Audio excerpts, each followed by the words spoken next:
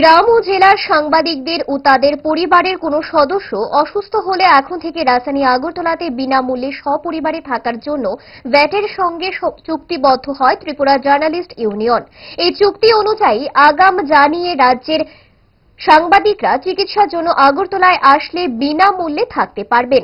মঙ্গলবার আগরতলা প্রেস ক্লাবে এক সাংবাদিক সম্মেলনে এই চুক্তি হস্তান্তর করা হয়। সাংবাদিক সম্মেলনে উপস্থিত ছিলেন বরিষ্ঠ সাংবাদিকরা এবং ভ্যাটের কার্যনির্বাহী অধিকর্তা।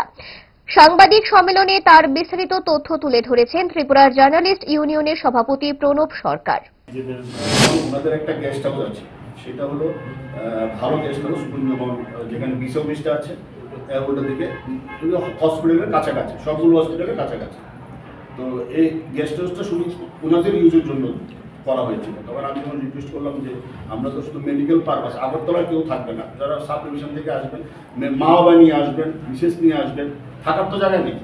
তখন উনি বললেন ঠিক আছে দাদা, কিন্তু ওই অ্যাডভান্স জানাতে হবে। উনি যেটা বললেন অ্যাডভান্স জানাতে হবে।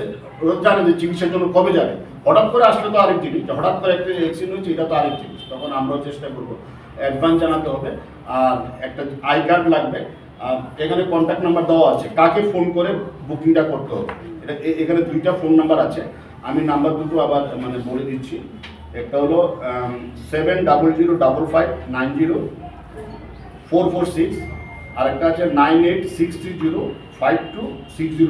স্যার আবার 700550446986305262।